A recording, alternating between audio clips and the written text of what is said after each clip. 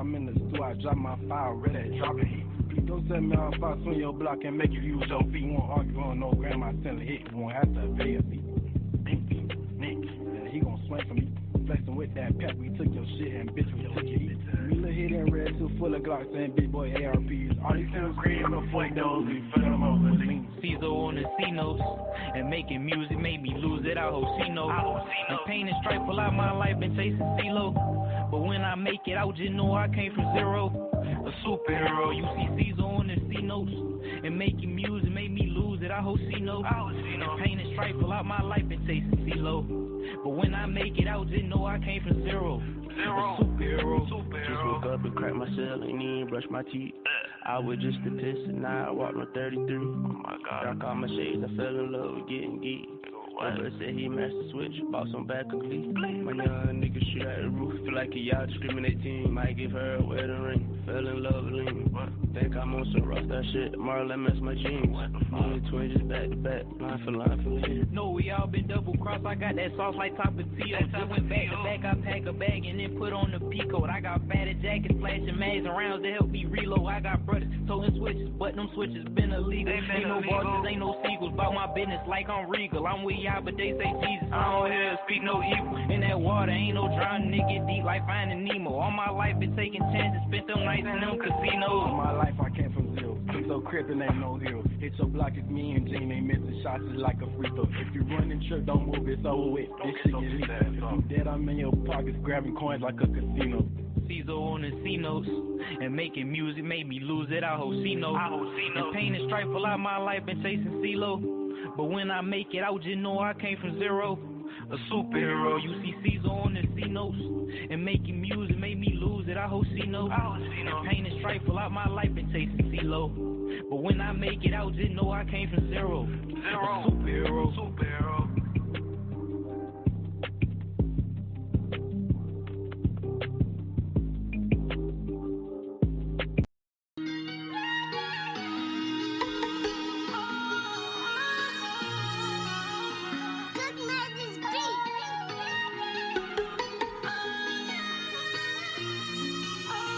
Wait, tattoos all on my face.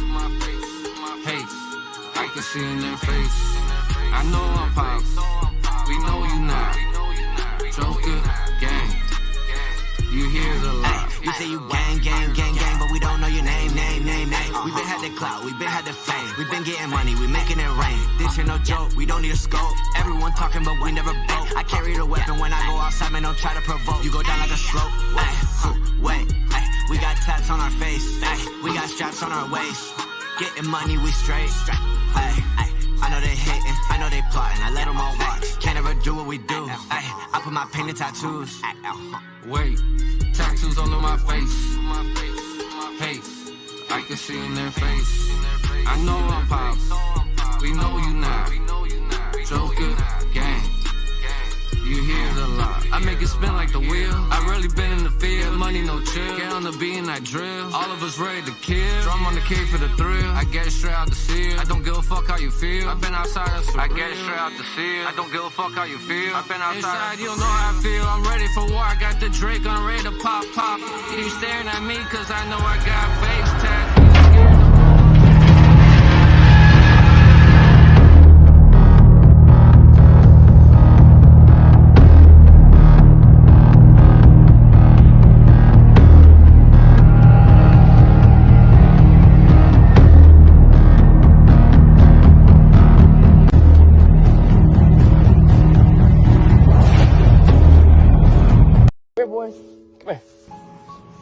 My name is Derek Williamson. I'm the young black farmer out of Georgia whose life was catastrophically flipped upside down by the brutal might of injustice.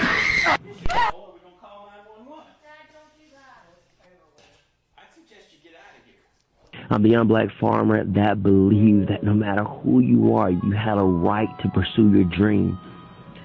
My dream just so happened to be to connect humans and animals in a symbiotic relationship, promoting conservation, education, and animal therapy initiatives was my farm and ministry purpose. I would find myself being kicked off my land for over 2 years now. I find myself being convicted of stalking a chief magistrate court judge that I've never spoken to outside of court or ever seen outside of court before. My animals were stolen, slaughtered, and rehomed against my will on the land that I own. People that I thought was there to help us and the gifts that they gave to further the ministry were mingled in deceit and corruption. I'll never stop telling the story. Help. This gentleman is trespassing on my property, causing havoc and harassing me in my situations here. Tag plate, individual, Mr. Hardy, leave this property now.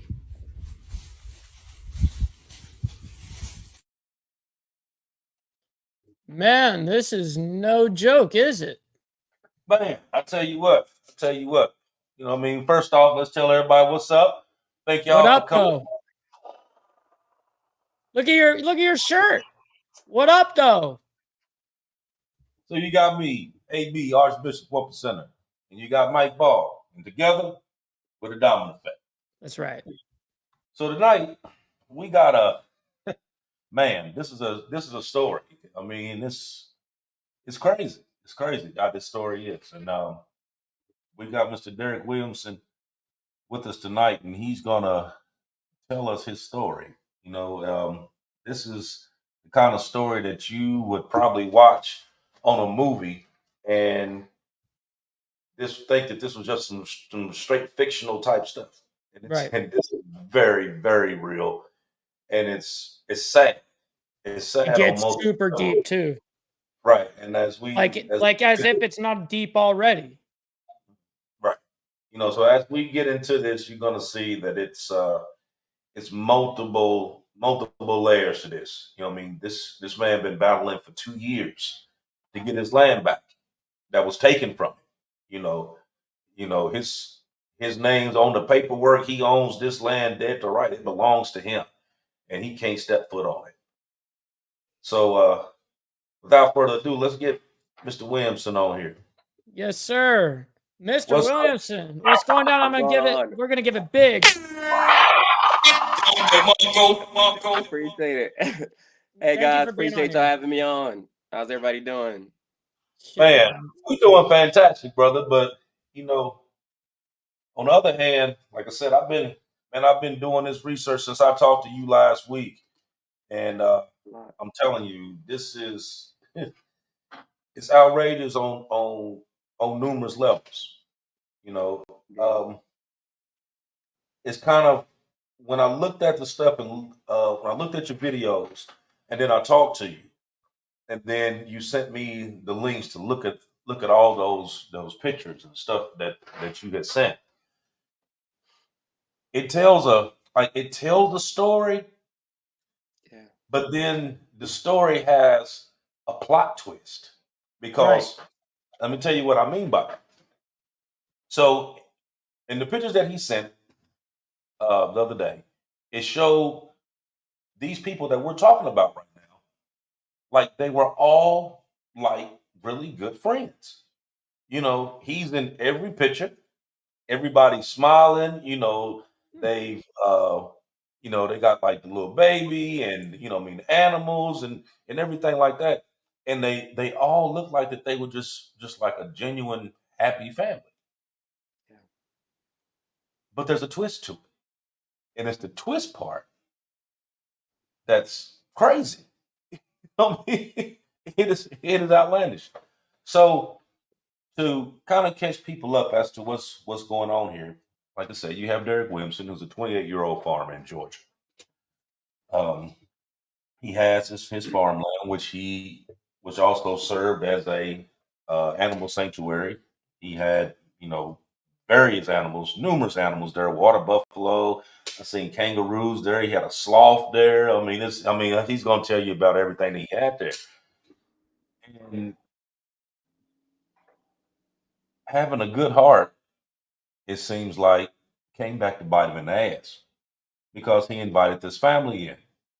And this family kind of took advantage. And it's just crazy. It's just crazy. So it's really like a David and Goliath story because it goes further than the family.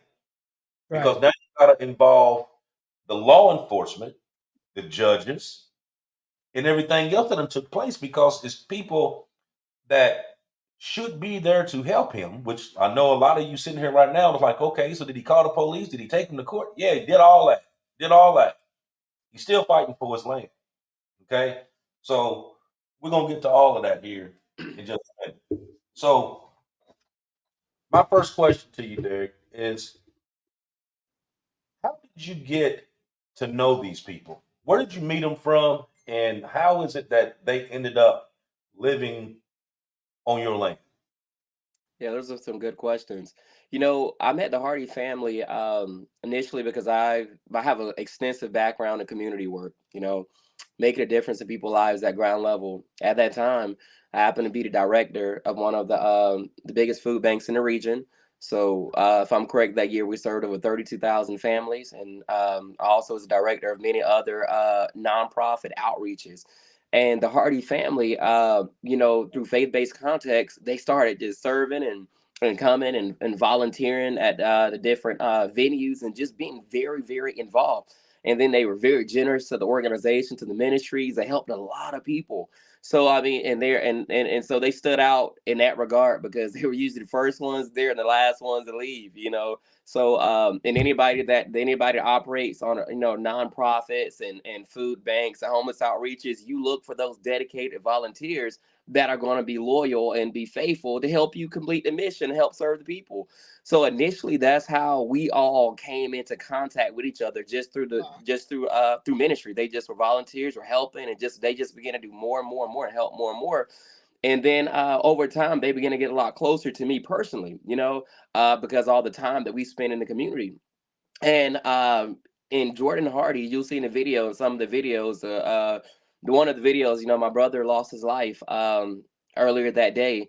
And I was there seeing it on scene, seeing his body on scene. And it was a really difficult day for me because I lost my best friend, my biggest supporter, and someone that goes to court with me. So that was really hard for me. And that night when I went home, we saw the video of them breaking through my doorway, breaking into my bedroom, saying my brother's in hell, he's dead, all these things. It's just hours after I just watched my brother's lifeless body. So how can you say this to me?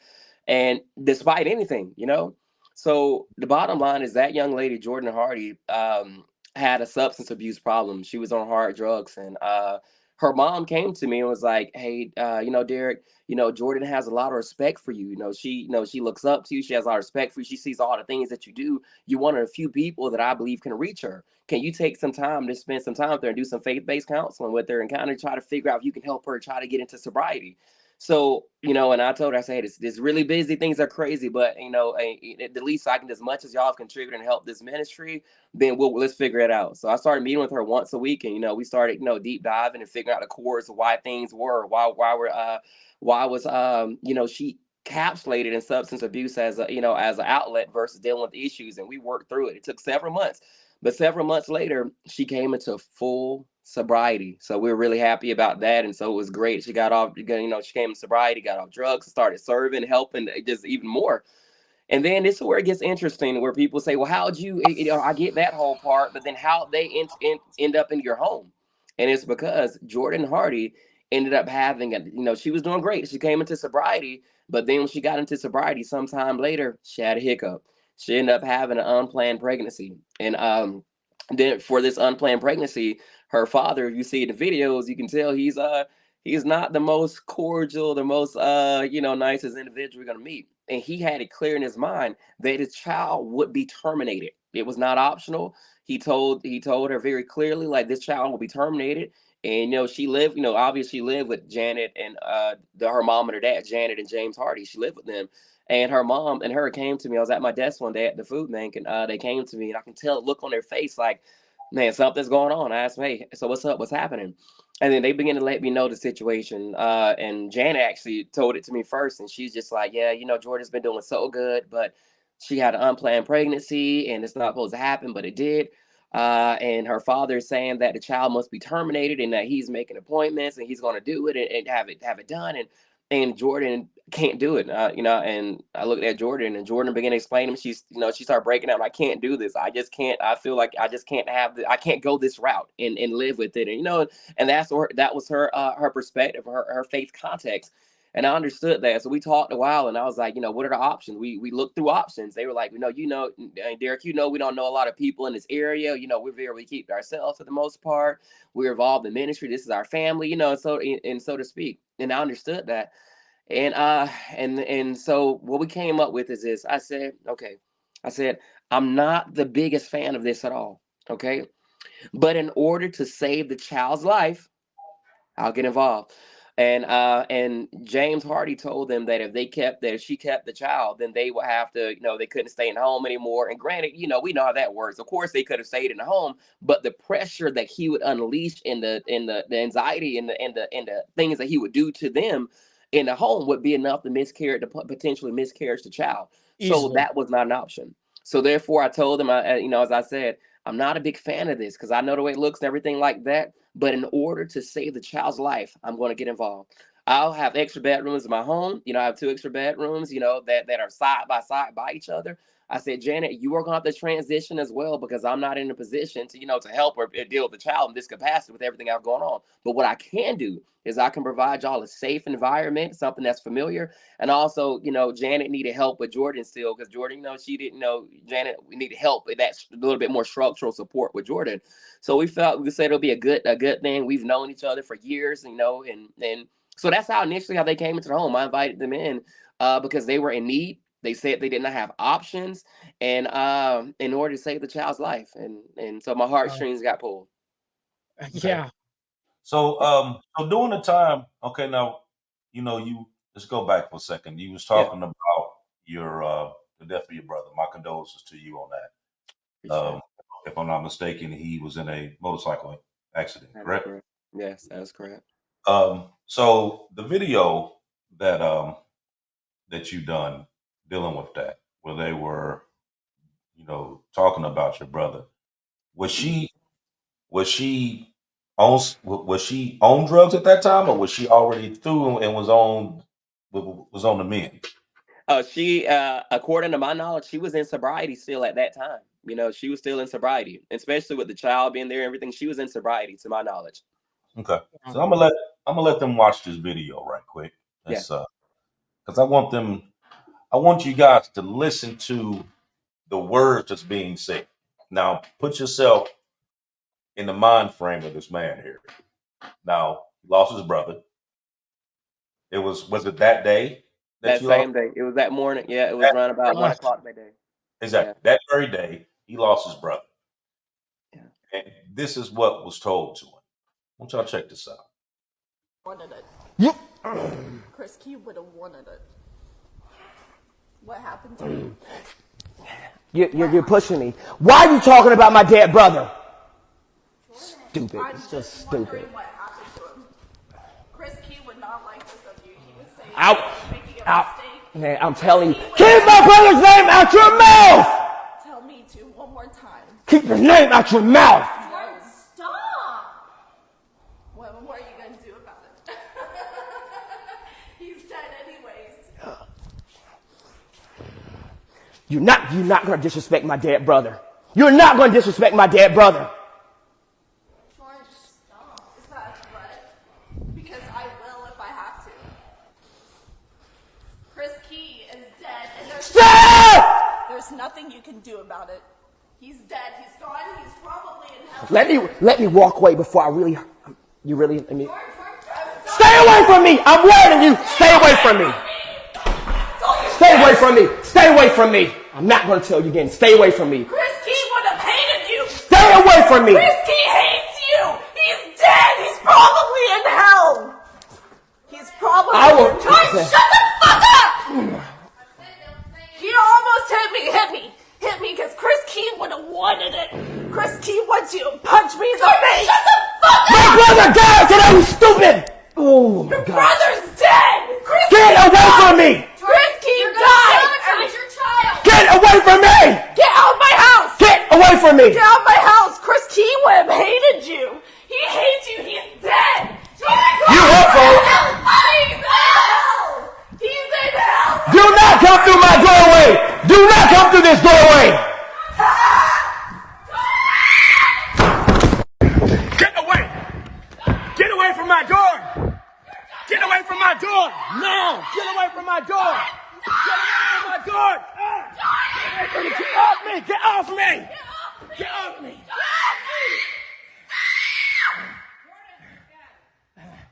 Chris, he's dead.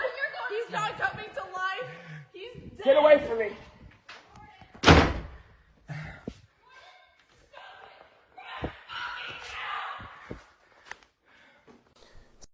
I just want to be very pointed that Judge Holt has advised that she is not, and will not entertain you all pressing charges against Jordan Hardy tonight for the matter that I called you out for. Not tonight.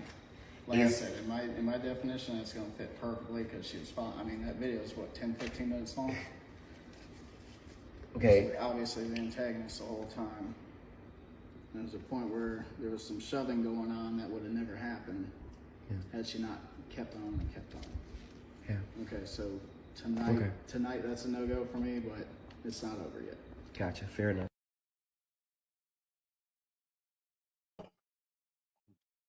Yeah. I know that was kind of hard for you to watch, brother. You know, That's hard for me to watch, and I wasn't there. Yeah, being the fact that he's talking about your brother and whatnot. Yeah. Can you not hear him? Hold on, he can't hear you. Let's go and remove him. Let's see if this will do it. Hold on. And bring it back. And then unmute it. Can't have him unmute it because he can't hear me. Yeah, I think he got it. I think he has it muted on his side. Yeah, he does have it muted, but you've got to say it because he can only hear you. Oh, I can hear it. I think I'm there we go. Okay. Boy, that was a little difficult, but yeah, okay. That's hard for me to watch, and I wasn't even there. So that's what's this is heavy, man. This goes beyond. Okay, and then when you did call the authorities, basically they said that was a civil matter. They weren't going to do nothing about it anyway, correct? Well, essentially, when I called, I've had called the police several times up until that point, but finally, out of an entire department, there was one officer that tried to be just, and he saw that I had video evidence, everything was there. He told me when he walked out of my bedroom, he said he was going to charge, and he was going to charge and arrest, and he made it clear. He would leave out of my bedroom and he would come back sometime later, and be mindful, this is probably like at 10, 11 o'clock at night, it's around about 9 or 10 o'clock at night. And he would come back and tell me that he cannot charge. He said, "I'm sorry, Mr. Williamson." He heard the video. He says it's sufficient evidence to charge, but the judge got involved and said he cannot charge, even though he is an officer with probable cause, and it's clear. She said he cannot charge. And this is a judge that was originally keeping me off my land, and she did that to further harm me more because my big brother would always go to court with me, and she knew my big brother very well. He's my biggest supporter. Obviously, he wasn't the biggest fan of her. He never said anything to her, but him being there as my support, it's in order for the county to allegedly harm me more. They made sure that was the most vile, the most horrible thing they could do in the midst of my brother losing his life. And for him to have no justice, for me and him to have no justice for that situation, it was just another one of their ploys to further mentally break me. And later that night, James Hardy would come after that happened. And that night, I lose my brother earlier that day. This situation happens, and because this situation happens, it'll be just a little bit later in the night, maybe with an hour or two later, that James Hardy comes onto my property the same day.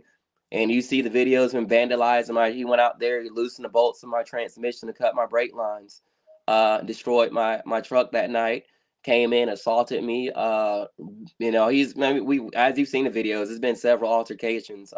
It's been many altercations. But on this in particular altercation, it was the worst one that I had with him. And I was bruised up pretty bad. I mean, I'm not super, super light skinned, and I don't bruise easily, but you can say I have my whole side of my face bruised up, my neck, across my chest, my arms, it's pretty bad. And that same officer that tried to charge Jordan that a little like a couple hours before, he happened to be the same officer to come back and respond when I called that time. So lo and behold, the judge interferes again. Okay. And pretty much was like the officer cannot charge, but the officer goes back and forth with the judge and let the judge know, I'm looking at this young man bruises. It's evident, apparent bruises all over this young man. I have to charge. And then the judge says, okay, this is what we're going to do. You are not allowed to charge with simple battery, but I will allow you to charge him, James Hardy, dad, with simple assault. And it says it's in the police report. And I didn't understand at the time. Wasn't very versed in criminal law. But to those of you that understand what happened, it was major. Because simple battery is the physical act of carrying out violence on someone, physically causing harm and carrying out the act of violence. Simple assault is when you just threaten to do that. There's been no contact, okay? So what she did was all of my injuries that I sustained and all that, she made it account for nothing and just chalked it up to he threatened Mr. Williamson, which are much lesser charges and much lesser crime done that night, all on the day of my brother's passing. Wow. After midnight, almost. Yep. So is that when Mr. Hardy, is that when he actually started staying there at the residence? Because he wasn't staying there at first, correct? He was there before then. I had already been kicked out of my home about half a year, a little over half a year at that time. So we've already been through this a million times, and we've already been through this a million times already. This was we're a little over half a year since I've been removed from my home. And he was removed. Yeah, he was not there during that time either. I don't know. I mean, I wasn't there, so I don't know if he was there or not during that time. But when I came home that night, he was definitely there. Okay. Explain to everyone how exactly you were through off of your property. Like, how were they able to do that? Right.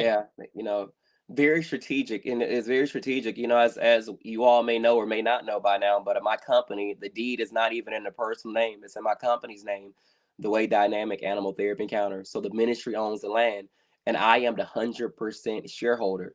That means I own all 100,000 shares in stock. Not one individual on this planet owns one share out of 100,000. I own all of them, which means I have full authority and power and govern and full governance of everything there of the company. And I'm also the founder and CEO. So and the deed holder. So they had no legal ground to remove me to do anything. There was nothing there. They had not even the slightest iota of leverage because everything was airtight corporately. So what they did was, I have a video that's on my page of me being assaulted again on my page. And I left my home in an ambulance that day because my shoulder got messed up in the altercation. I drive a big truck, so I couldn't get to the hospital. I couldn't drive myself and pull myself up and drive with my shoulder messed up. So I had to leave an ambulance. That day, with video evidence, the judge, the law enforcement, and said, I told them I want to press charges and so forth. They said, no, we're not going to press charges or anything like that. We're just going to let the judge figure it out. We'll go before the judge. So this same judge that interfered, that did all this stuff, now I got to go before this judge, and it was called a stay away bond. Pretty much to kick somebody out of the house, a hearing. I would go to that hearing. They broke into my bedroom. They dismantled my cameras. As the other video showed, they don't mind coming in my personal bedroom. Big as my property is, I have my own wing all the way over there. It's like, and they came out of their way to come in my bedroom. They broke the cameras down. I have video evidence. You see it on my page. I'm just dismantling my bedroom cameras. I took it to court. Had the deed to the property. I took it to court. I had corporate documents. I took it to court. I had all the harassment videos, and because my shoulder was injured in that altercation, I was actually in an arm sling at court with medical records showing I had disability from work. I couldn't go to work for a couple months because I was in physical therapy and I had to do the repair because I had to do some work to my shoulder. So I brought all that to court, and the judge, and something interesting happened. The Hardy family, and me being the victim, and with the video evidence, the judge made it clear. She said, I tried to show her evidence and all this stuff. She said, I don't want to see none of that. I don't want to see none of that. I'm not looking at any of that. I'm not looking at it. And she didn't want to see it. But then she said two things that stood out. She said, you own all this in my county and I not know about it? I was like, in my head, I'm like, you mean our county? But, you know, okay, whatever. Didn't say anything. So what the Hardy family did to get me off my land was, although there's video evidence, I had all the evidence in court, then they flipped it on me. The women testified against me and said that I assaulted them. So I was accused of assaulting 2 white women at their testimony with the video. Granted, the video evidence there. The judge, he's what they said. Listen to them. And internally, she removed me off the land. And technically, she placed me under arrest, though, but it was a bond. She allowed us to sign for, sign for bond that day. So she let me sign. But she pretty much, she kicked me off the land and gave it to them. And I told her, and at first she said, you're not allowed on that property at all. And I said, you can't do this. It's not fair. This is corporate property. I own everything on this land, including every piece of furniture, every fence, everything is in corporate. Is my corporation's name. I own everything. I said, I have exotic animals like water buffaloes and animals that are very dangerous that can harm people without proper care. These people know nothing about the care of wildlife and animals. So you cannot remove me from my land.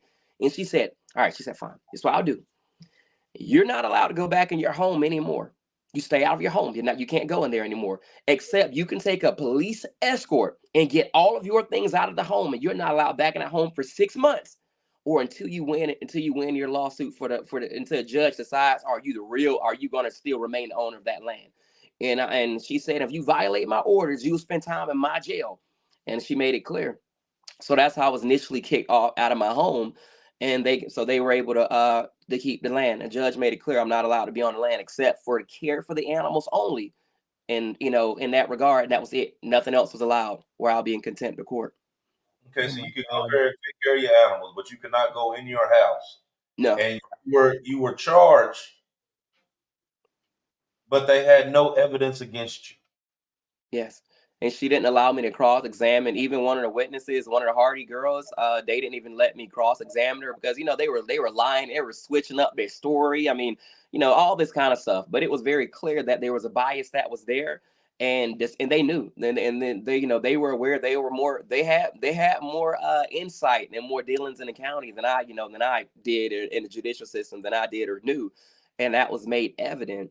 That judge will later on have to recuse herself for a conflict of interest down the road, though, but that's not before all the damage had been done. Eventually later on, the judge wouldn't allow me on my land. She kept on saying that I'm not the owner in court. Granted, the deed is filed in her county. You're a judge. The deed is filed in your court system. So what's going on. And it's clear. I mean, I bought a copy for you, sealed copy, just so you can have that, but what's going on. It'd be, I served the time. I was kicked off my land for a little over a year at that time, maybe. And I find the Superior Court in Rockdale County finally ruled, because the court case was in a neighboring county because that's where it was originally filed.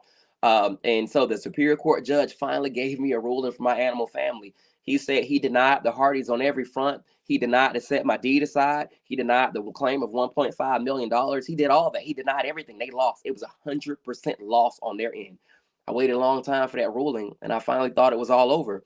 So my attorneys, we got that ruling from the Superior Court. Now it's over. It's been done. It's settled. There's no more. I've already, and pretty much all the documents said is that I've never lost ownership. I've always been the owner, still am the owner. So that's never been the question. It was just the court has had to uphold my ownership for whatever reason. We got that document. We went back before that same judge, and I went to go evict them off the property with an attorney.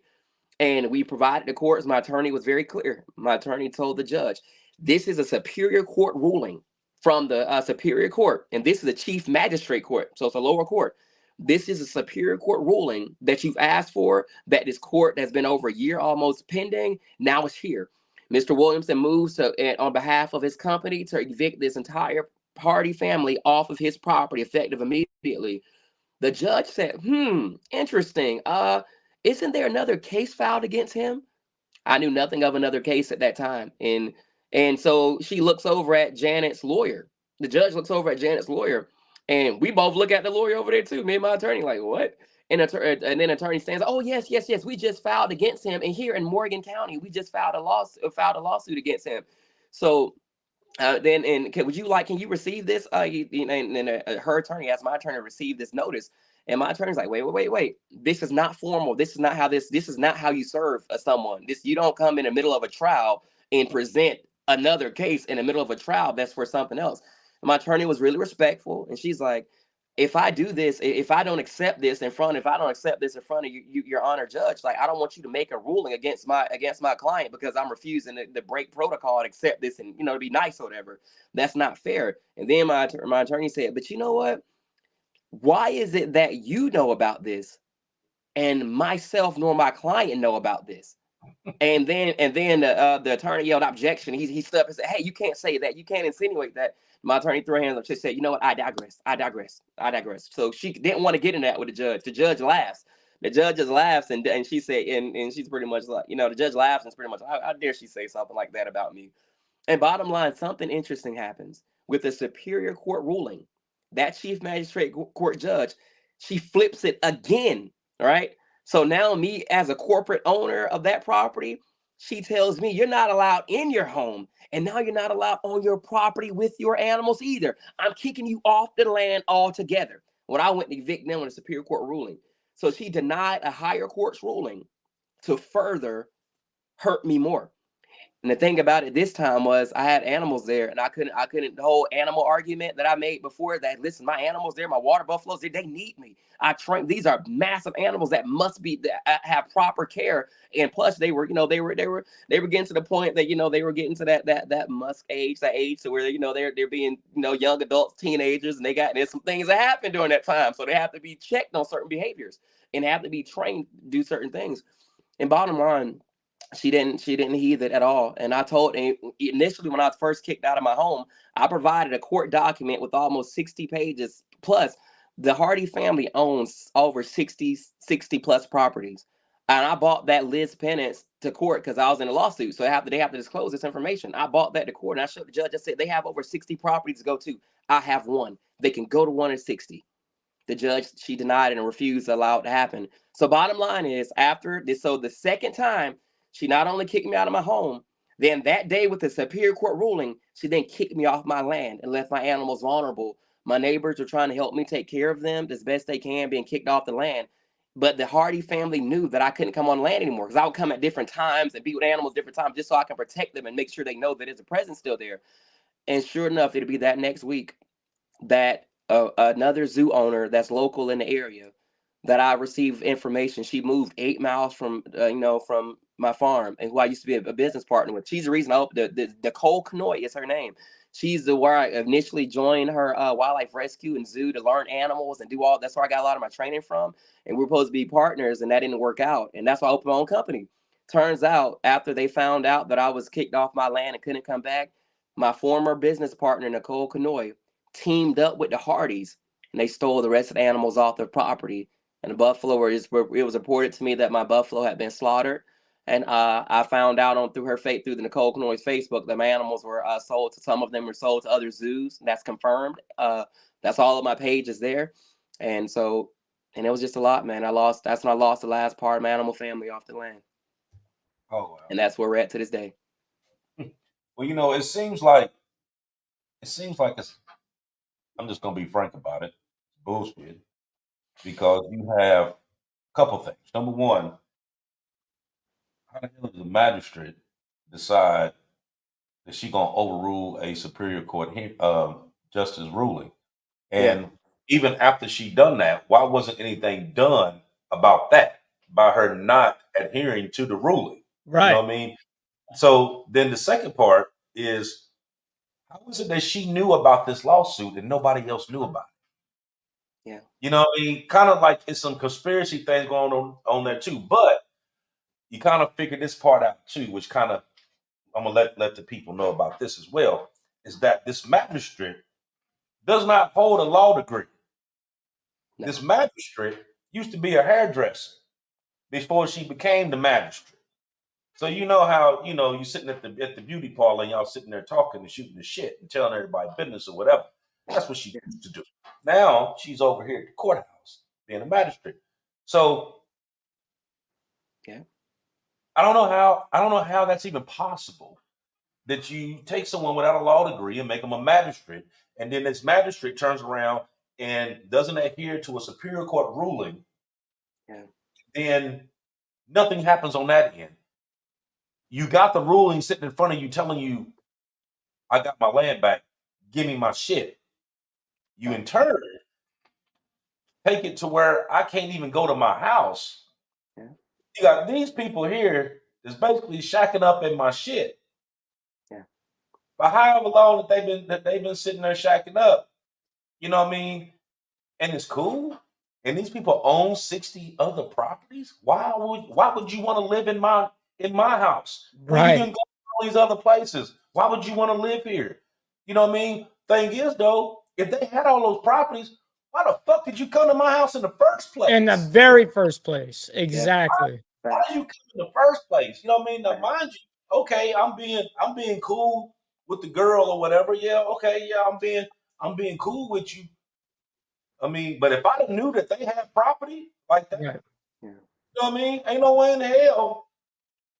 And I didn't know about their finances and stuff like that. I didn't really know about a whole too deep into all that stuff into the case. Then it all had to be disclosed in the case. And so therefore I learned about the financial part of it later down the line. I was not abreast of all of that. And what you said about how can nothing be done. So actually, my water buffalo, my animals were stolen from the property and I had been kicked off the land. That was the last part of my heart after I've lost my land, my animals, my brother. I had 160 animals on the facility up into, that was not the Kanoy Hardy's first step. If you back in some months prior to that, they broke on the Nicole Kanoy in conspiracy with the Hardys broke onto my property.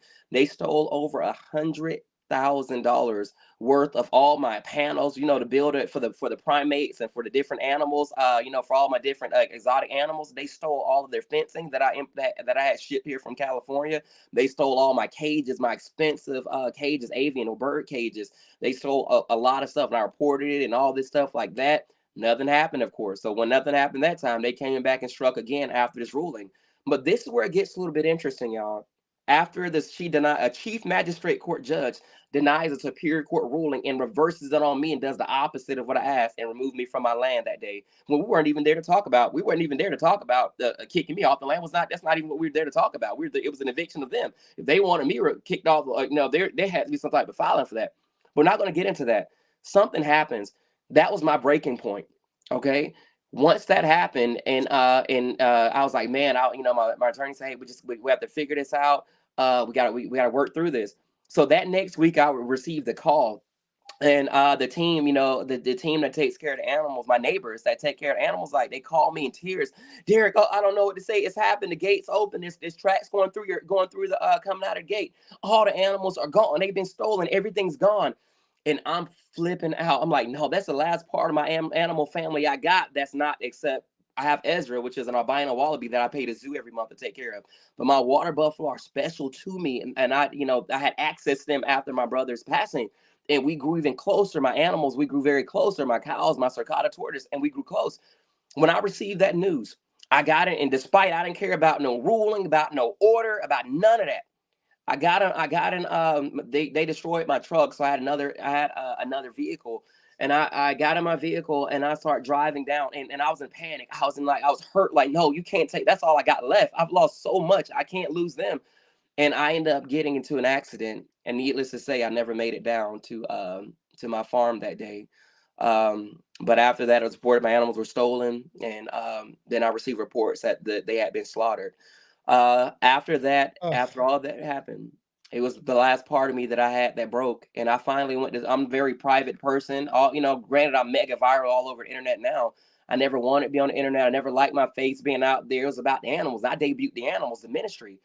When that happened, I created a social media. I took my injustice public. And I put the video we showed earlier. I posted it, ended up getting 6 million views on TikTok. The story started getting out there. So I was like, okay, I'll post another video of me getting assaulted. That video got over 13 million views, and then this wave began. So it turns out when I did that, right, the judge, because people start emailing the county, like, what's going on? Like, what's happening? Why are you doing this to him? She did something, and as we've been seeing, she did something incredibly crazy. She recused herself, saying that it was a conflict of interest. But then she went upstairs to her friend, the Superior Court judge, and she took out a stalking charge against me. And when she took out a stalking charge against me, her friend signed off on it without any evidence, without any proof. She signed off on it, and I was not aware of this. So, and they wanted me to pretty much to stop telling the story, to take my First Amendment right away. They didn't want me to keep on telling the story because it's exposing the corruption in the county, and they didn't want me to stop. So they issued that against me. I did not know. And then I let my attorney know that my neighbors told me that there was a bunch of unmarked vehicles and squad cars were like pretty much almost like SWAT people came to the property, but I wasn't here. And they told me about it and they left a notice. And I asked my attorney what the notice was, and they told me to go, we look at it, we'll see what it is. And turns out it was a stalking order from the judge. And so she stepped down. She's still the chief magistrate court judge. She stepped down out of my case and then stepped into a direct assault personally against me, a citizen, personally as an elected official. And needless to say, I found they found me guilty.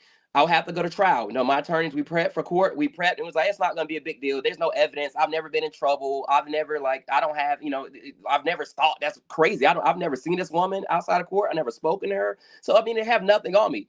We go to court. And then her friend rules. Her friend, the Superior Court Judge, Judge Stephen Bradley, is also the judge now that presides over my land today. And needless to say, with all the evidence in the world, the judge lied on me, saying I broke into her private chambers, all kind of stuff. Like, my attorney spewed at her up and down, and you can go to my website, helptheark.org, and read through that court proceeding that day, and you'll see, man, I ended up losing. So the judge he made a statement before he found me guilty. He said, if someone creates a track record and paints a picture of themselves, you have to agree with me. They will be seen in that light. And he proceeded to find me guilty of stalking his counterpart, the chief magistrate court judge. And then he gave me the maximum order in Georgia and told me I'm not allowed to go anywhere inside of the courthouse until he rules on my property. So I can't even go file documents in the courthouse anymore because I'm restrained from the courts now, except when they try to take my land cases or the cases. Yeah. Wow. Oh my God. Wow. It just gets deeper and deeper. Right. I'm trying to figure out, like, man, how the hell you keep filing charges on me and you don't got no proof? Yeah, whatever happened to innocent until proven guilty, with actual evidence. Right. Whatever happened to falsifying statements of anything. Right. That's some of the craziest shit ever. But you was talking about your animals. Yeah. Now I've seen a couple of those videos, and I'm getting ready to play two of them. One of them is about the conspiracy when they took your animals. There was other two organizations that was actually working with you that conspired against you to take your animals. Kind of like after they got you out the way, then they're like, okay, let me get his animal. But the first one that I want to show y'all is I've never seen this part here before. Like, these animals, watch how these animals react to him. And that's all I'm gonna say. Just watch how these animals react to him.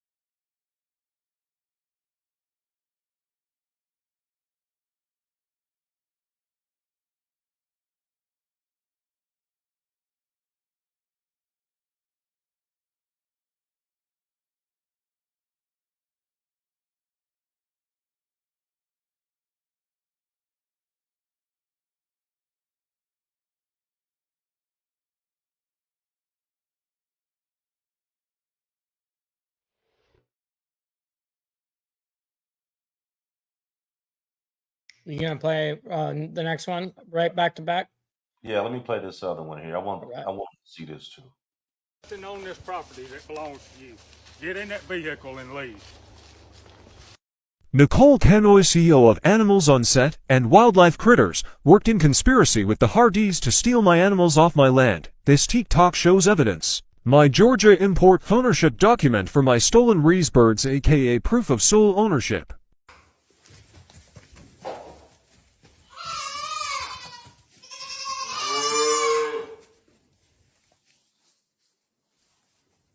Nicole Canoy also stole all company animal enclosure fencing and used it to build up her facility, taking our future and expansion ability. Proof of ownership here.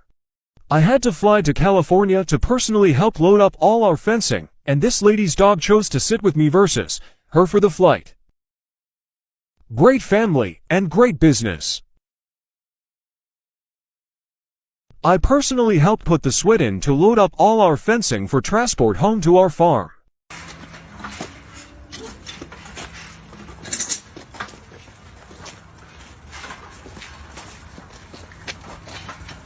Drop, gentlemen.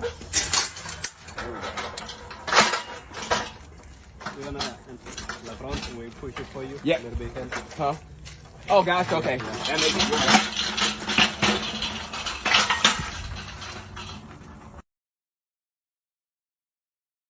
it Was indeed a lot of work, but knew it was worth it, as these panels would provide the home for many animals to come. Hold on, gentlemen. We're gonna do it. We almost did. We just got to guide it. We just got to guide it, so it's okay. We got it. Right there. Here we go. Forklift would have been great, but we made it work. We got to readjust one more time. Let's see. A little bit more. Gotta go. We're good. Yeah, we're good. They stole several $1,000s worth of all my fencing, stripped, gone. All of it is here, gone. They stole my big cages, my big cockatiel cages and commercial grade cages. All of them gone. Stolen. Nicole used my company's stolen fence for her own animals. Called police from roadway after seeing my animals on her property from road. They didn't help at all. Nicole Canoy and the Hardys got away with first theft in March 2022, so they struck again February 2023, except this time Samson, Goliath, Tyson, Jafari, Teddy, Jasper and Turk all stolen directly off the farm by Nicole in conspiracy with the Hardys. Those are your friends. Yeah. To this day I don't know where my water buffalo are, but I won't stop till I find them. Tyson, no. Everybody, we really need you all to donate and support because it takes a lot to do what we do here. These are some really amazing animals, but it takes a lot of training, a lot of work, and there's a lot. But, you know, we love what we do here. So please donate, please like, share. And remember, here at the Way Dynamic Animal Therapy Encounters and Paramount Wildlife, we love you.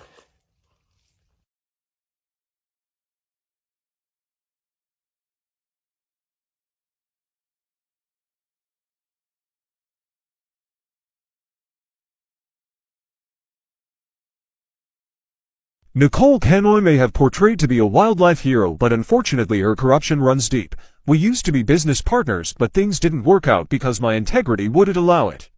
So resigned and opened my own company. Thanks to the power of social media, Teddy has been found. Nicole sold Teddy to a zoo in Florida for $3,500. Zoo owner is nice guy, and although I have to pay what the zoo paid, I can get him back at least. Unfortunately, we have no home, being judges won't allow us on our own land. We plan to go see Teddy soon. All the stolen animals, proofs of ownership documents.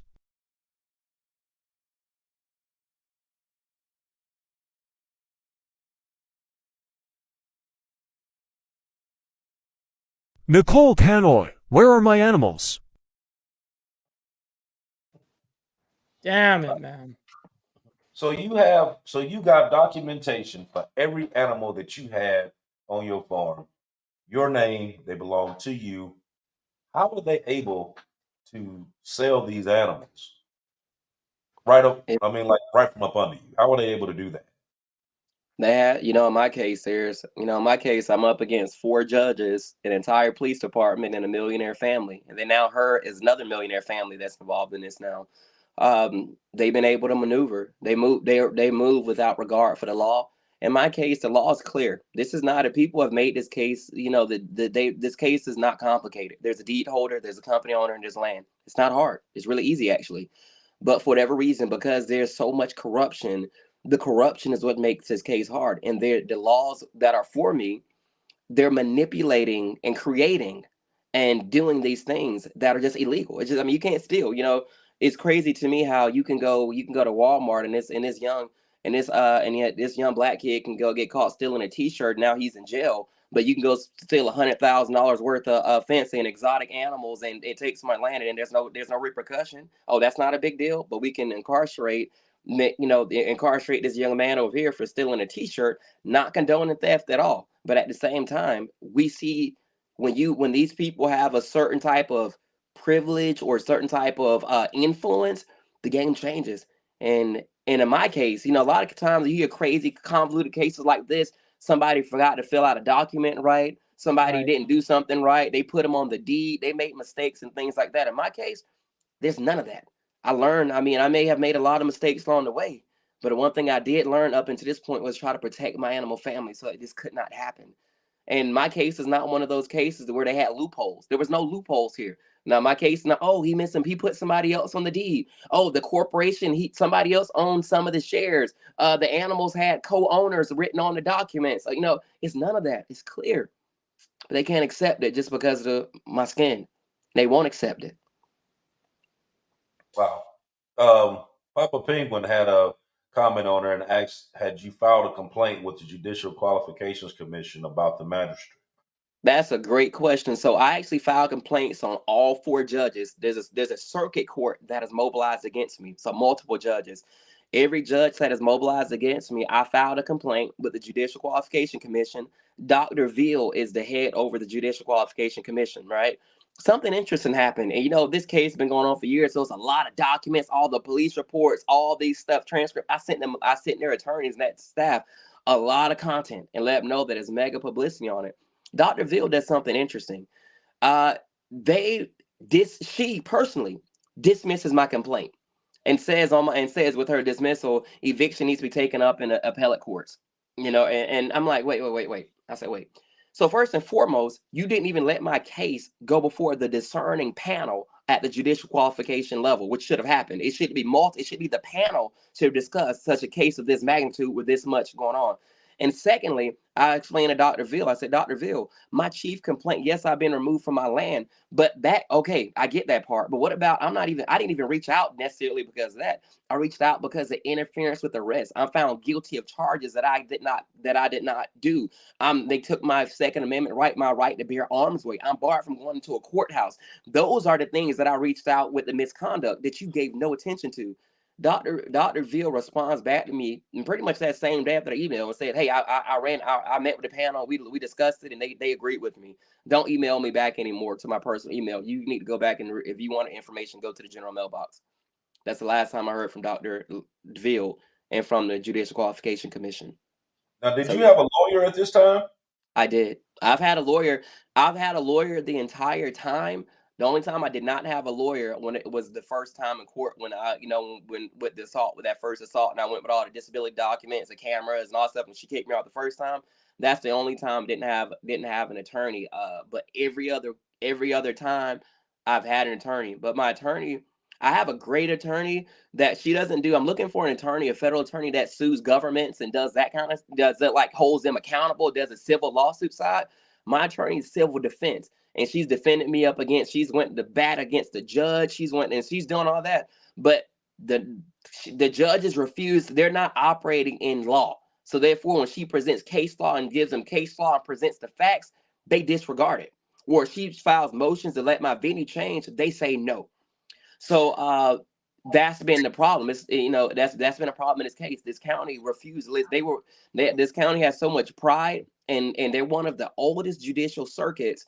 You know, that's one of the oldest judicial circuits in Georgia. And if you know a little bit about circuits, you'll know any judicial circuit that was formed before the 1960s, still, according to my understanding, still bore the same original corruption upon when the circuit, on the pretenses of how the circuit was constructed, if that makes sense. So any judicial circuit that has that much age on it and was incorporated before 1960. There was an ideology and there's a way of thinking, there's a way of ruling.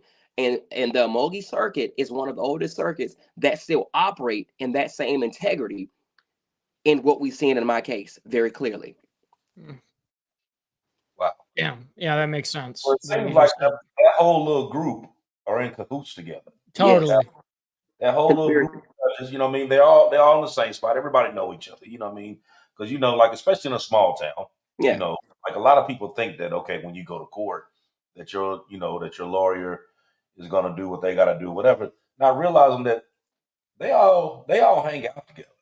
They all play golf together. They go to parties together. They, you know what I mean? They're actually cool with each other. You know what I mean? And they make deals on the back end. You know what I mean? I know a couple lawyers that I know do that for a fact. You know, they make deals on the back end. You know what I mean? Like, I'll let this go if you let this go over here, or you help out my client on this end, and I'm gonna do this for yours on this end. You know what I mean? They make deals all the time. They do. They make deals. It's hard to know who to trust. One thing that's interesting about my case as well, that, you know, the Morgan County was rated the number 4 most beautiful place to live in the United States. And there's something called tour de homes that happens where people come from all over out of the country every year to come tour this county, the tour of the county, because of its historic nature and things of that regard. So Morgan County has a lot of fluff, I guess. If a guy has a lot of, you know, they prestige is why they operate the way they operate. And plus a lot of very influential people, they decide to retire out there too. So, you know, so therefore that all creates problems when it comes to their pride and what they feel they can do and what they can't do. They don't feel they've been stood up into my case. They have not been. The county, the people are scared. This chief magistrate court judge, she's been a chief magistrate court judge for over 28 years. So she's been in that office a long time, and nobody has ever run against her. Nobody won't even run against her. She wins 100% of the votes every single time, every voter. And I don't know why people, you know, I don't know. She's she's pretty decorated out there, and nobody won't even run against this judge, you know. And now you have me withstanding an entire judicial circuit, an entire police department, and multiple millionaire families, and essentially I'm by myself. I don't have all this support and all that. I have to get up every day and keep this fight alive and keep telling the story in the midst of the corruption and dismantling. Wow. This is unreal. I mean, this seems like a fictional movie. You know what I mean? Like, this doesn't make sense. So you got all of this stuff, and it's all hindering over this man's property. You know what I mean? It's not like he went and shacked up at somebody's spot and he, you know, and he just claiming like domain because didn't nobody live here, and I just came here and just shacked up in his mind. Like, this is mine. You know what I mean? Lock, stock, and barrel. Deeds in my name. This is my stuff. I mean, this is my property. You know what I mean? And they doing everything known to man to actually go against that. I mean, that's crazy to me. Now, you was on another show, Indisputable. I'm gonna play this little clip right here because this has actually made headline news, and still nothing has been done about this. So I'm gonna play this little snip right quick. The authority to rule on that case at all. So bottom line, she moved against me and moved against the company when I went to law enforcement for help. So get this, when it comes to eviction, this is beyond me. Don't understand it in any sense of the way. I waited a long time. We waited a really, really long time to receive a verdict from the Superior Court. So to be, I believe it was November of 2022, that the Honorable Judge Montfort, a Superior Court judge, ruled on this matter. And it was clear he denied everything they tried to come against me with, to set my deed aside, the claims of $1.5 million, all these things. He denied them on every front. It was 100% loss on their end. Okay. So after having a Superior Court ruling, right, with my attorneys, we went to file eviction on the parties, on all of the Hardys that are on my property. So in court, you know, having that Superior Court ruling, right, Judge Holt refused to acknowledge it. Okay. Janet's attorney said in court that day, the attorney said that there's been a new filing against you, you know, and Judge Holt's like, oh, really? A new filing has happened? And down here in Morgan County? And we were made aware, had no clue about this new lawsuit being filed, nothing about it, but I was made aware, my attorney was made aware in court. We had not been properly served or anything like that. But bottom line, Judge Holt refused to acknowledge a Superior Court ruling and denied me the eviction. And then the next week is when the Hardys and the Canoys will go steal the rest of the animals off the facility.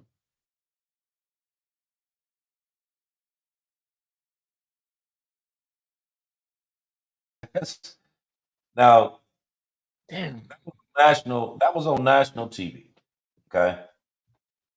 And still, this man is still fighting for his land.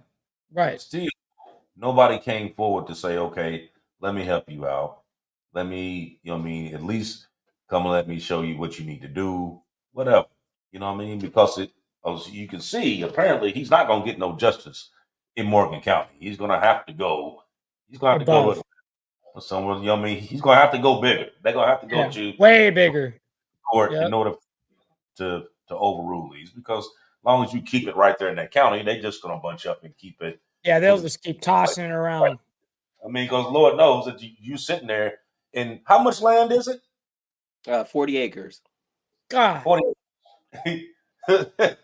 This isn't even a house size, you know? This is 40 acres. Holy cow. Right.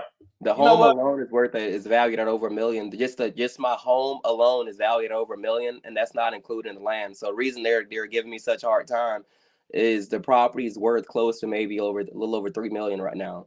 And what's owed on the property is about $390,000 more dollars. An entire property will be paid off. Right.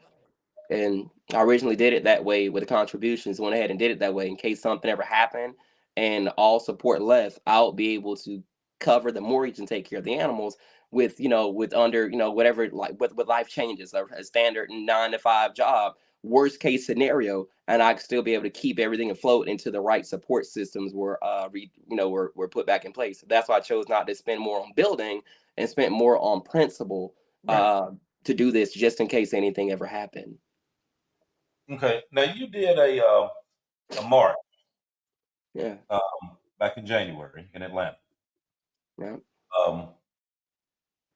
Tell everybody about that and the reason why you did this march, because it seems like just by listening to your story and watching these videos, it's like you did a total transformation personally. What I mean by that is like when you look at your pictures, you see that you are this friendly, fun-loving guy that loves his animals and loves his land. And then when you watch this video, you see someone that's fed up. Yeah. You know, like you had to morph into somebody else, you know, in order to, you know, keep your sanity. So, and there's a lot of pain in that process, by the way. Exactly. So we're gonna watch this right quick, and then I want you to let everybody know if you did have that change, because I know you did, whether you want to admit it or not. I know you did, and I want to hear it. So let me play this first, and then we're gonna come back to you. Just a second. I stand for so many other farmers across the board. You guys have thought y'all have hurt me in so many ways. You guys raised up a champion. You see this face? You're going to get used to it because we're going to be standing against corruption in a lot of states real soon. So get ready for that. You will give me back my land and say to the officers that failed to do your job. I have no history of any violence or anything like that. I called you all to my farm to protect me and my animals. What did you do? When people had warrants for their arrest, you arrested me, and you took me to jail and took me from my home. Well, guess what? Now the world is beginning to see the corruption that you guys are doing. So stay focused. You guys made a warrior out here in these streets now. But now you're going to learn what it means. When you break constitutional law, when you deal with unbalanced scales and you do these things, everybody's not going to roll over and just let you do this. It's people like me that have to go through the sorrow and the pain of a situation. And then we got to stand up for so many other people that are not able to sit on this horse today with these organizations today. To those of you that are having your land stolen, black farmers across the nation, it's time that we come together. We're tracking on it. Do not give up. I know it feels hard going against a corrupt judicial system when you know you did nothing wrong, but yet you stand before a judge that finds you guilty with no evidence. You know it's wrong when they refuse to let a venue change when they know it's a conflict of interest. But guess what? Situations like today, it's why we march, it's why we ride. Stay focused and stay in the game. Justice for black farmers, justice for Derek and his animal family. We ride, march for justice. Now that right there went from, fun, happy-go-lucky farmer Totally. to straight militant as fuck. Give me my hardened.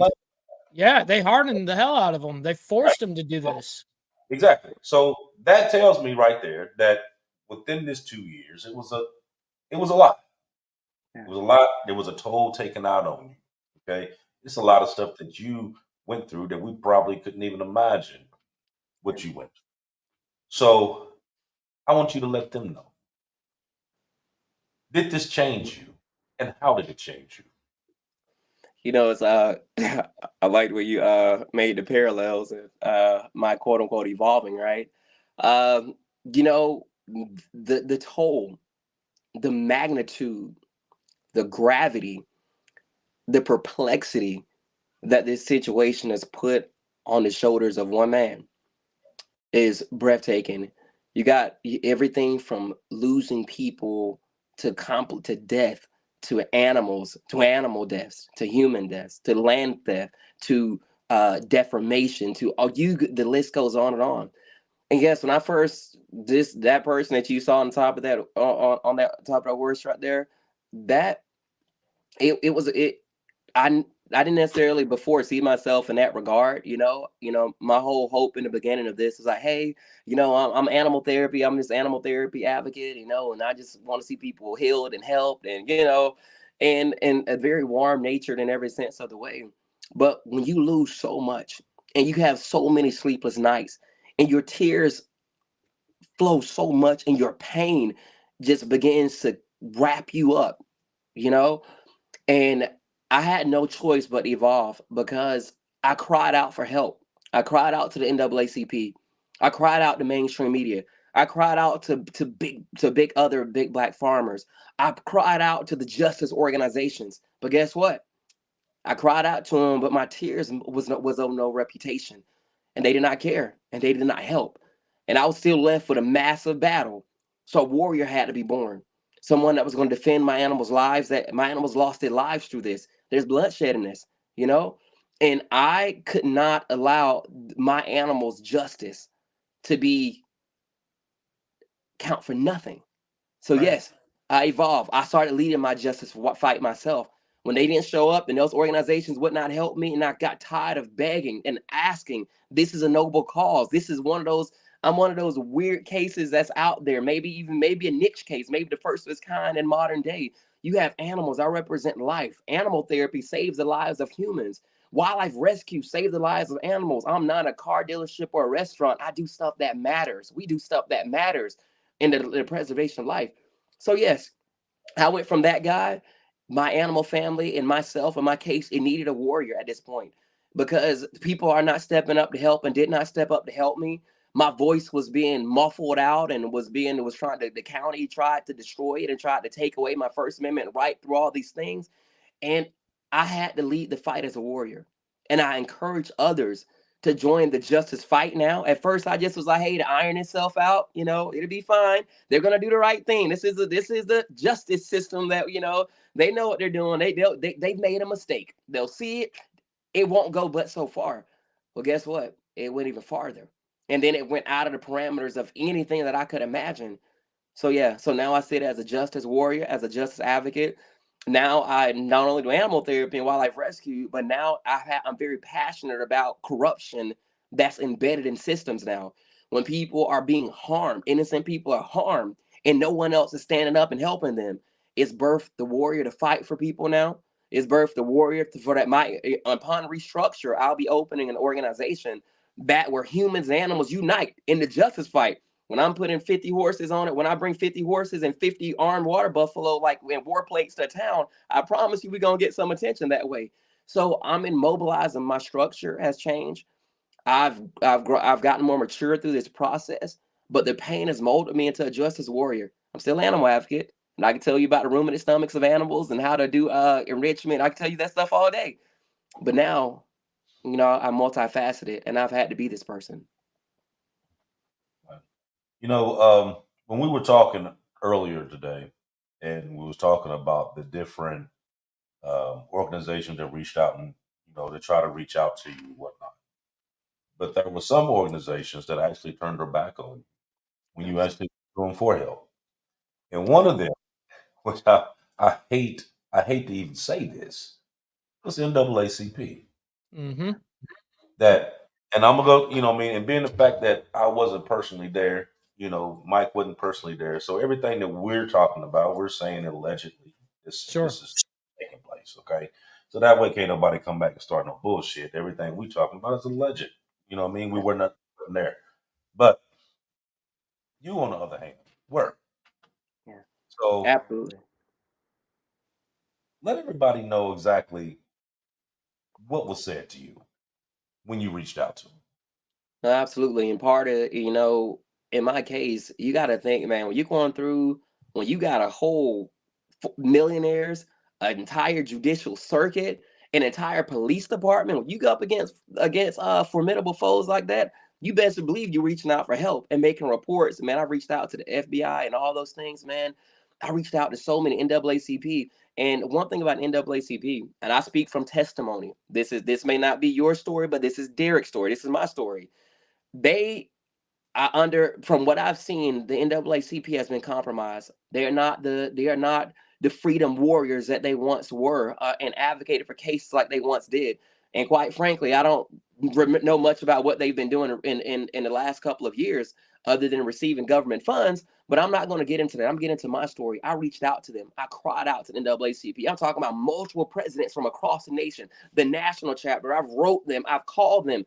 Man, and even out of my own chapters, out of chapters in Georgia, they were so disrespectful to me in every sense of the way, man.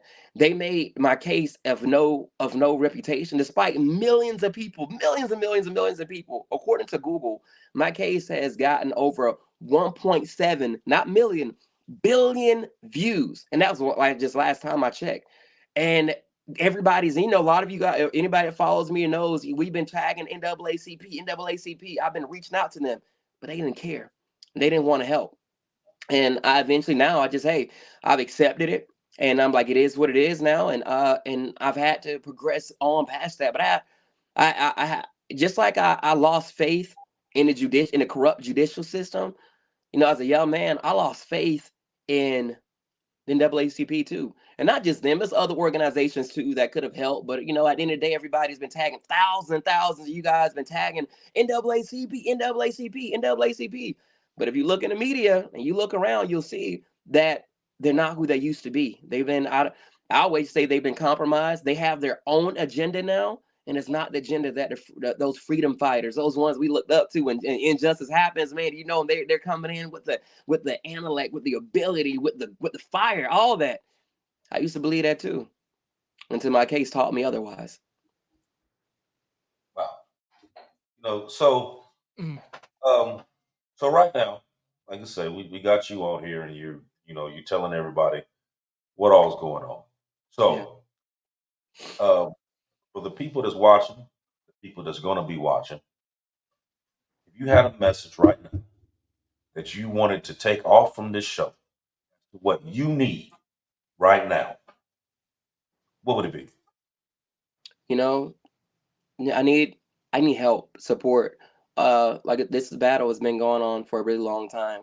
I've done the best I can to fight on my own. I tried to enlist organizations that end up getting into arguments and fighting, because they're fighting with each other. They can't even stay in the game to help my case sometime, and mainstream media has on the CNN, Fox, and all of them, they have not picked up my story yet. granted mega viral out there, but have not broke really, really hard on those networks on mainstream media. So I'm asking people keep on tagging those, keep sharing their story. And then financially, right now, you know, you don't really hear me talk about finance along over these years. I haven't really got really much into finances over the years. You know what I'm saying? Obviously, you know, it's a mega case.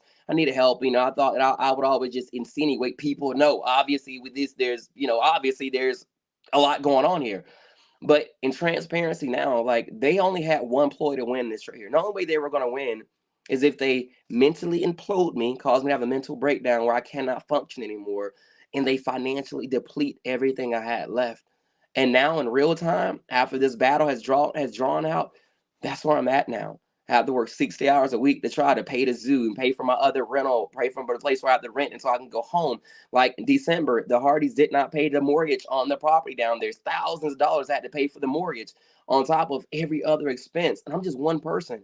You know, I've seen on the internet people put GoFundMe's up and, you know, they're getting $200,000-$300,000 for like causes, you know, that for other causes, not taking anything from their cause. But I'm fighting for the preservation of life. That child with autism cannot escape the box without animal therapy, right? That PTSD veteran that can't get away from war times and cannot find peace, animal therapy can help him. That deer that watched his mom get hit by a car and standing on the side of the road, he needs a bottle and needs to learn how to be an adult deer in the wild one day. I can't help him. We can't help him. So I'm asking that people take on the understanding that right now I'm tired. I've been putting up a fight. I fought viciously as one man keeping this fight alive. It would have been died out if my fervency wasn't there. And I hope that people give. You know, I've asked. You know, I'm asking now. That's what I need now. And with transparency, the county now has a lien. What this year has been with the legal fees and paying dues, and this year, and plus with my mental health, you know, finally taking a toll on me. I've been missing a lot of time out of work now. And this year, I cannot afford to pay my property taxes. I have to pay $13,000 in property taxes that's already due. Now the county has a lien against me. So now they're trying to use that ploy now. And it is what it is. I kept the fight up as long as I can. I've sacrificed. I've labored. I believed. I prayed. And now I'm just like, man, I'm just hoping that somebody sees this video or sees these videos and finds like, you know what? Somebody got to help this young man. And it's going to be me. And I'm going to see it to the end. So I'm going to keep telling the story. I'm going to keep asking people, please reach out to people of influence. Some people see me online and think that I'm okay or think that we're okay. No, we're not okay. They still have the land. I'm in a critical state right now. And I'm on the, you know, I'm gonna end on this note right as far as this topic is concerned. In real time, with everything that's going on in my situation, despite being a national case, all that stuff like that, because I don't have support systems, I'm one mental health breakdown from being homeless as a millionaire and property. Because if I can't go to work, that means I can't pay for none of this stuff that's happening right now. None of it. I can't pay for any of it. They have Liz penances filed against me. They got the property, the company's locked. They got the court. It's tied up in the court. I can't move no funds through any of that stuff. It's all tied up. So I'm one mental health breakdown away from losing everything. You know? But I'm thankful that God has allowed me to keep my mental capacity to still navigate this right here. But I need the people's help. I'm tired of people just seeing my story and like, oh, that sucks. That's unjust. That's all that stuff. And I get it. It is all those things. But people like me are ones that's going to go defend so many other people and actually do the work. And people like me and my animal family is worth helping and investing in. Publicity, I don't think I need any more quote unquote publicity. I've been out there all over the world, so to speak. But quality people that want to help, that can help. Hope they see this video and reach out and actually help. Yeah, man. You guys right there, make sure you visit the website right there and hit that Cash App as well. Help the ARC, you guys. I appreciate everything, everybody. Yeah. Now, also on that, when you hit that help the ARC, or you also have a petition that you have flowing through there as well, correct? Absolutely, yes. So, and the petition is massive, massive, massive, massive. I ask that you guys and helpthearc.org. You can find everything. You can learn more about my story. You can see, there's, for those of you that like to read all the intricacies. If you hit, my story has a case narrative on it that says full story. You can read the timeline of all this stuff. And excuse me, there's a petition there that says on the petition tab, please go sign a petition. I think we're up to like 700 signatures, and hopefully I'll see what it's going to do over the next 2 weeks or so. And then also just follow me on social media. Like, you just look me up, Derek Williamson on Facebook. I'm Derek Williamson. Put Conyers beside it. You'll see a picture of me and a zebra. But really, my followings on TikTok, is where I keep everything organized and keep everything there. I'm going to be having like another activation, another march soon and ride. I'm going to be having like a fundraiser, like a benefit ride and a benefit ride/barbecue or situation like that, where you can come out and meet me or support and just help. That way I can try to raise funds to help me and the animal families as we go through these difficult times. So petition is on there. Go to helptheark.org, okay?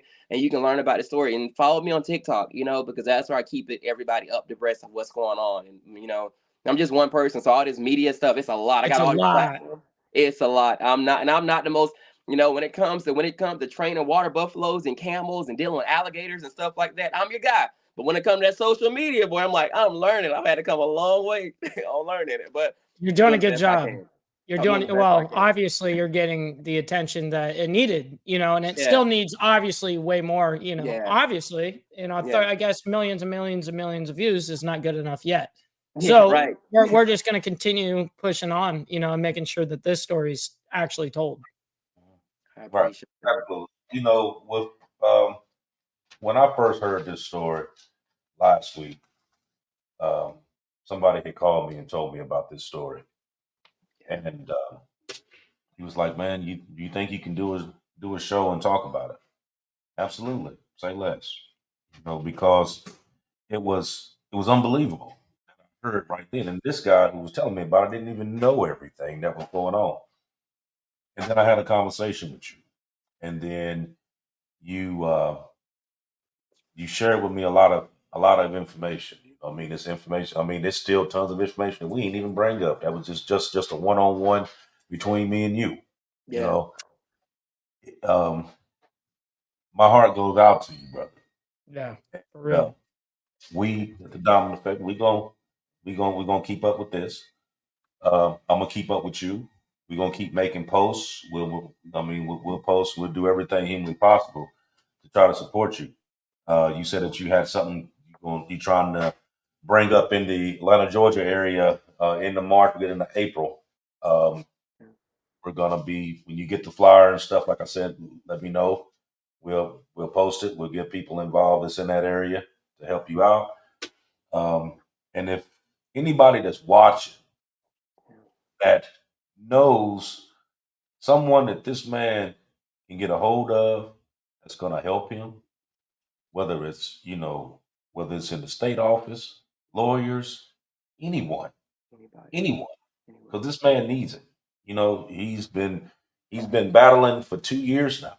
He's been paying these lawyer fees, still paying the taxes on this place, and he's still paying taxes and house notes on stuff that he can't even go. He can't even go. You know what I mean? And what they're doing now is like okay, so eventually he gonna run out of money. Then the place goes into default, and then I'll go buy it on pennies on the dollar, and then it's on to me. They bleed you dry. They bleed you dry. They squeeze you because they got the funds. You don't. That's what they do. So if I had to tell you anything, Derek, I'll tell you two things. Number one, we're gonna stick by you no matter what. Number two, I need you to keep this about you. You know what I mean? Because no matter what's going on, how I understand the pressure and the heartache that you're going through. But also know that there's people here that's supporting you, that's gonna be with you. If you need to talk, you know how to get a hold of us. You know what I mean? If you need us there, we'll make it there. You know what I mean? Because I'll round up the posse and we'll show up. You know what I mean? Since they want to squat, shit, we'll go there and squat too, goddammit. You know what I mean? We'll make it do what it do. You know what I mean? But know that you're not by yourself. Okay? Now, I know that you've been on countless shows talking about this same thing, and I don't know whether anybody has told you that. But what I'm telling you right now, I mean 1,000. So we're gonna stay on this. We're gonna keep pushing information out. As you get information, you run it to us, and we're gonna post it, And we're going to do everything humanly possible to reach out to our people to help you as much as we can. I appreciate that. And I really do appreciate it. And guys, I've done a lot of interviews, man, but I can say this one's different, man. It encapsulated everything I would have wanted it to encapsulate, man, as far as the message, and then the depth. I like the depth and the concern that the whole culture of the show did and stuff, and it's encouraging to me, and it strengthens my countenance. I saw someone comment, don't give up, Derek. And it's every step forward like this right, and every platform that has a heart to understand and want to help, it just gives me a little bit more energy points, justice points, faith points to keep on going, So I thank y'all so much. And to those y'all see that some of y'all are supporting the Cash App and the GoFundMe, I appreciate it so much because, man, I'm trying the best I can. I'm just one person. Lord knows I mean well. I'm trying to do the best I can, and I'm in that critical state where I need help now, And so I thank y'all for having me on the show today. This is definitely, out of all the shows I've done, I can honestly say that this has been the most free, heartfelt show that I think I've ever been on. And so I appreciate that the concern and the follow-up, that being intentional about that, man. It means a lot to me and my animal family. So we're forever grateful. Thank you to all the listeners and supporters that support this show. And thank y'all as well. I saw that I was able to read some of you all's comments as they showed up. I appreciate you guys. And please let somebody know if you have a friend or know a celebrity or somebody in legislation. I've learned that money is powerful. We get that part. Money allows people to do certain things and move certain ways and stuff like that. But it's nothing compared to influence. When a person makes a call and is like, hey, listen, I need you to do this for me. I need you to look at this for me. It's not about that. And people that's successful, that people that already sit in the atmosphere, they're not as inclined to move by minimum money sometimes. It's the influence that's there. So Some of you all may know people. Use your influence to help me, to help my animal family. I promise you it's going on good ground. I need it. And you don't know, you don't know who knows. So you may be the one person sitting in Arkansas at your laptop watching me, and you're the one, you're the missing piece that this needs, man. Make the calls, please. Help. Absolutely, man. I can't thank you enough for coming on the show, first of all. And Archbishop, he is, a psychologist, first and foremost. This man is, he when he sees something, he grabs a hold of it and is like locked on it, and me and him, we contact each other all throughout the week, of course. And he was on it, like white on rice with this. Like, he was like, dude, like, this is insane. Wait until you hear the whole story on this kind of thing. And absolutely, man. And thank you because I know you've been probably harassed by a whole bunch of people that want to bring you on just to have you as content, and not have an actual discussion or be able to actually care about the person that's coming on, right? Absolutely. You can tell them the motives. So I personally thank you for that testimony.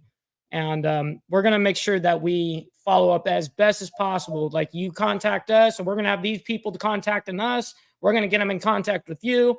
Like, that's just the way this works. And you're very right. Influence is mega. Okay. I mean, you nailed it right on the head. It's not what you know, it's who you know. Absolutely. And you're right about that. So yeah, you said it best. It could be a guy in Arkansas right now watching on a laptop, and you could be that missing piece. Absolutely. And guys, I want to say this one last thing too, that I didn't really get too deep into this. It's a little, it's interesting when you look at my case. You guys know that I'm in the deep South. It's in the deep South, and you're talking about millions of dollars, conspiracy, publicity. The Ku Klux Klan just had a national meeting within a few minutes of my farm, within just a couple miles of my farm in my city, some time back. There's been my windows. If you go through my TikTok, my windows have been bust out, my vehicles vandalized. They've hired, allegedly professional stalkers to manipulate stuff, to do things to me. That's why my march in Atlanta, I had to get the Fred Hampton Gun Club to come out and do, they're my personal security. They do security for Dr. Umar too. And they've been making sure to help defend my body, defend my life, because I've received threats, and I've received threats and things. So this case, there's a lot that goes into this, So well, yeah, you lost your Second Amendment right. You can't even protect yourself. I can't even. You have to literally hire other people. Absolutely. And then I have to, and it's a lot of times, like, and the higher security like that is very costly. But it's better for when I have activations and things, it's better to hire to try to figure out what to do to get them here and not have them. And then because I am a target, I've received a lot of. I'm not about to get into old security. I've had to sit in the many security briefings, but thankful to General Talib and to them, they figure out how to make it happen because I have very limited resources like these days. But a lot of resources I've had to use and will use to have to get them here because I've received a lot of threats. There's hits out for me because obviously my person in my company is worth millions right now, millions in the clear right now. So, and that's motivation for people to do things. And we've seen through these videos and through these people in place, the unity that they operate in this conspiracy. You got all of them protecting each other. And they're like, if we're going to go down, we're all going down together. And if any one of them decides they want to move against me or whatever the case, it's kind of hard to pinpoint. But I understand the security risk that I'm in on a day-to-day basis. I have to take when I drive, I have to take different ways back and forth, different places. I do not go out in public anymore. There's a lot of things I've had to change my life in order to protect my life in this too. So it's also a massive security risk too. That's why I'm just ready for all this to be over so I can go home and rebuild and move on to the next thing and get reestablished my company. So I understand that, the time I'm praying that, God protects me and keeps me, but y'all got to understand too, I'm under a massive security risk every single day. I don't know when somebody's going to come through one of my doorways one day masked up. The Ku Klux Klan being a few minutes from my house. I don't know when they're going to try to come up. Well, the farm down there. I don't know when they're going to try to make a mobilization on me. I don't know those things, but it's never going to stop me from fighting for the justice and for my animal family. I don't operate in fear. I am aware, so I'm smart about how I move now. Don't get me wrong, but it's not their threats and all these things against me. It's not enough to stop me from doing what I know to be right. I stand up for myself, for my animal family, and for a hell of a lot of people out there that's going through something similar. I fight for you in the media too, guys. Damn. Yeah. So, gentlemen, I appreciate the opportunity. I appreciate being on this platform, and it means a lot to me. This one hit home. This is good. This is really good. I'm hopeful to be in contact. I'm sure we'll be in contact for the long haul, as updates on the case, man. I appreciate it. No, we appreciate you, Derek. Again, thank you guys. And make sure you guys go follow him on all his social platforms. Derek Williamson over at, Facebook. I'm sure you guys could type that in on Google. Yeah. And TikTok, Instagram, everything is going to pop up. So go follow him, They will. Definitely go show your support. So, Derek, thank you again. We'll see you guys. We'll see you in the green room here in a little bit. But thank you so much for coming on to the show. So, Archbishop, that was about as heavy as it gets right there. First of all, if I were to be just removed from my own household alone, I don't have 75 acres, right? I don't have animals. I don't have anything of value like that. I have my own home. If I got removed from my home alone and some other family is living in it while I'm gone and I'm paying on it, paying taxes, doing all this stuff, how would you not go crazy, right? That part is intense. And I feel for him because it's much more than just a home. It's not just his home. It's his animal's home too. And he means that. And it's very, very sad because it's not just him affected. I mean, you guys saw the property. The property is a beautiful property, but he can't even live on there and he can't operate his company. He can't do anything there. And he's getting harassed by an entire circuit. Like, dude, this is nuts. This has to go federal. This has to go federal. I mean, something's gonna pop. Yeah, you're gonna have to do something. I mean, think about this. He's a 28-year-old African American male farmer. 28 years old and a farmer. Okay. Now, he gets kudos in my book just for doing that. You're right. I mean, because when I was 28 years old, the last thing I was thinking about was farming. Right. Okay. Facts. Now he was doing this before then, but not only was he farming, but he was also taking on rescue animals, treating them, and then using those animals but as therapy to humans to Right. help them on their way. So how does it magically go from that? But see, to here's the thing, this? though. Just concentrate on what I just said there. Okay. Who does that? Right. At Who that even age? does that in the first place? Exactly. Who does that? You know what I Right. mean? And then, out of the goodness of your heart, you take someone in and you call yourself being righteous and you call yourself being, okay, what would God do? And okay, I'm going to do the godly thing and I'm going to bring these people in here and I'm going to help them, not knowing that these people have way more than you. Mm-hmm. 20 times more than you. Well, he said 60 places, 60 times more than you, but let you do it. Yep. They let you move them in, you know, and when the time was right, then they turned against you and they kicked you out your own spot. And now you fighting everybody. And he ain't really fighting. He ain't fighting them damn court judges because he's doing wrong. He's fighting them court judges because he's a black dude, own all this goddamn property in my county, and I ain't even know he had it. And that's the problem. Let's just keep this shit funky. That's just what Right. it is. I mean, now, this man needs help.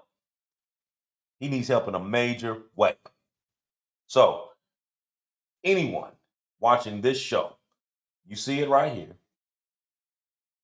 You see it right here. And then I'm going to have my banner up under that. You can let that scroll through. Anybody that you know, have them to contact us, contact me, contact him, contact somebody on this show. Contact Mike Ball. Contact anybody. Yep.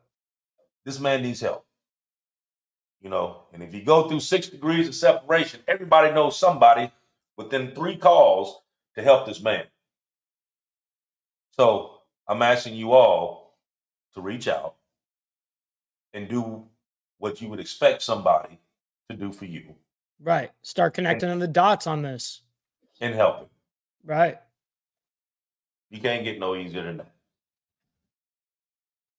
But we've been on here for what, $1:42. I didn't think it was going to be that long, but being the fact of what we was talking about, I knew it was going to run a little long. So I appreciate everybody for hanging on. Absolutely. You know, and a couple of y'all said earlier about y'all was talking about my shirt. Did y'all see it? I said, "What up, though? The What Up, Though T-shirt." And it glows in the dark too. That's what it doesn't even just do that. It glows in the dark. Yeah. So that's something else we're gonna add to the repertoire. But shout out to Lotus for hooking me up with that. I mean, that was a surprise, you know what I mean? But being the fact that this is what I say all the time, everybody kind of know if you know me, this is what I say. Yeah. Yes, you know, we got quite a few. I mean, they working diligently trying to get that website set up to where anybody was looking for merch and stuff like that. It's going to be set up soon. They're working on it right now. It should be up and running here real soon. Next week, 7 days, we're going to have another good show for you. I'm kind of bouncing between 2 good ones, but it's going to be another good one. Going to be another controversial show like we do. But that's what we do here. That's our favorite thing. The things that YouTube and the rest of the platforms don't like to show. You know, we're happy to do so. Right. I mean, I'm much obliged to because the truth needs to get out about a lot of this. You know, and it seemed like all the stuff that we've been talking about has been dealing just with that, putting out the truth. Yep. You know what I mean? It's like exposing the truth. Right. You would think that that the truth would be easily obtained. Right. But in fact, It goes so buried under so many layers. Right. It's the worst thing to find. Terrible. You know? So, like I said, I appreciate you guys, every one of you that come on and hitting the like button to come on and listen to us every week. You know what I mean? I don't know whether y'all notice or not, but the subscription is off the chain. Yep, the it sure is. Blowing up. I mean, I don't know how it's doing it, but I thank God that it's doing it. It is blowing up. Any of you that haven't went on there and actually looked at it, you need to go on there and check it out. Go on the Diamond Effect. Hit the damn subscribe button. You know what I mean? You ones that's on Facebook, go on there. Hit that subscribe button. You know what I mean? You ones that's watching it that haven't seen it yet, hit that subscribe button. Because we're going to come on here every week. We're going to give you something even better than the week before. And the week before that. So tune in. Yes, sir. Much love and respect to everybody. Thank you guys for coming and tuning in with your boys. And I wish I could end this on a great note. You know, it feels rough with what the circumstances is, but man. That's to all of you guys. One more thing before we end this. I want to put this out. Y'all notice for the past couple of weeks we've been playing songs at the beginning. We've been playing a song at the end. These are actual groups that are coming out, and they blessing us with their music to play on these shows.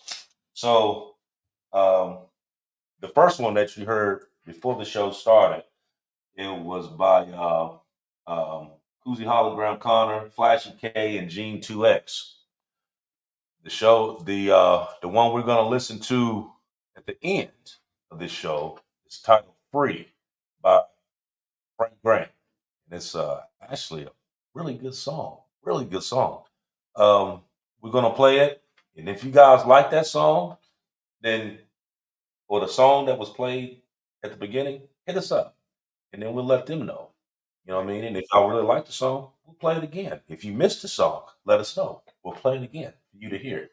But we're trying to reach out to these musicians, these artists. You got a song, you got a video, you want us to play it, hit me up. That's right. So we're gonna play that little beat for them as we head out. Head on out. Yes, sir. So on that note, we'll see you guys in 7 days.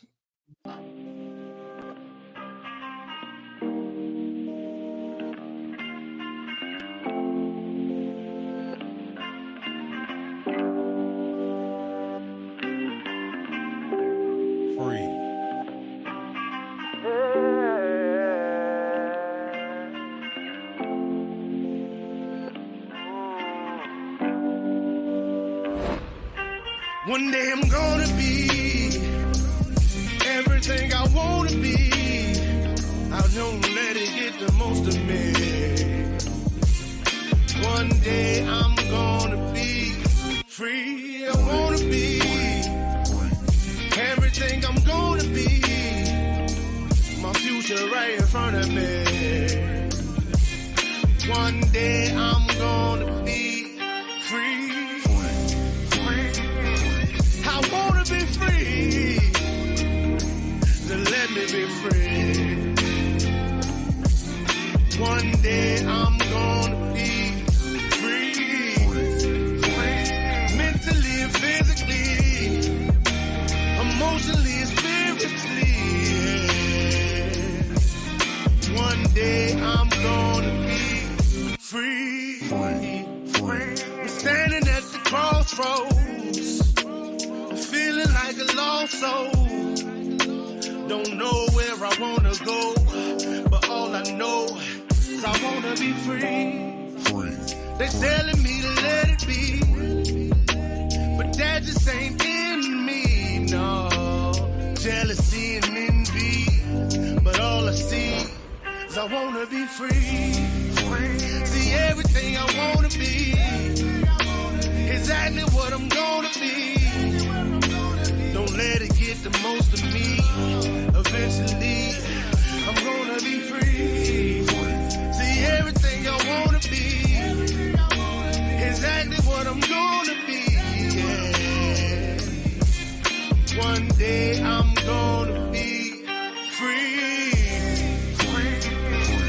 I'm gonna be free. Let me be free. One day I'm gonna be free. Mentally and physically, emotionally and spiritually. Yeah. One day I'm gonna be free. I told them take their aim off me. Stop trying to get a name off me. If they would just let me be, I'm gonna be free.